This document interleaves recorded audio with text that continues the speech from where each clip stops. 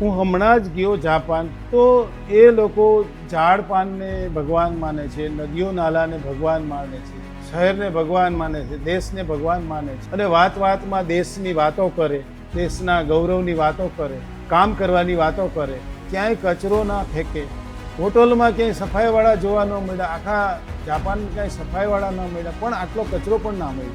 અમે મારી સાથે એક જાપાનીસ હતો અને અમે એક ટ્રેનમાં જતા હતા, તો મેં કીધું જો ને આ ભાઈ વેજીટેરિયન છે ને, મને જોઈ દે ને.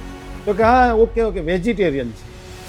એટલે પછી લેવા ગયો ને તો મને કે નો એ ન લેવાય, એ કે ઓનિયન છે એમાં. મેં કીધું હું તો ઓનિયન ખાઉં છું. તો કે નહીં, ઓનિયનથી બાજુવાળાને સ્મેલ આવે, સ્મેલ સુધીની બાજુવાળાને ન આવે એ વ્યક્તિ કોણ? તો કે જાપાન.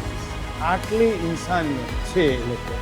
એ પોતાનું ઘર પ્રમાણે જ એનું શહેર માને છે. એ ઘર એ જ મારો દેશ છે, એવું દેશ પ્રત્યેની એની ભાવના છે.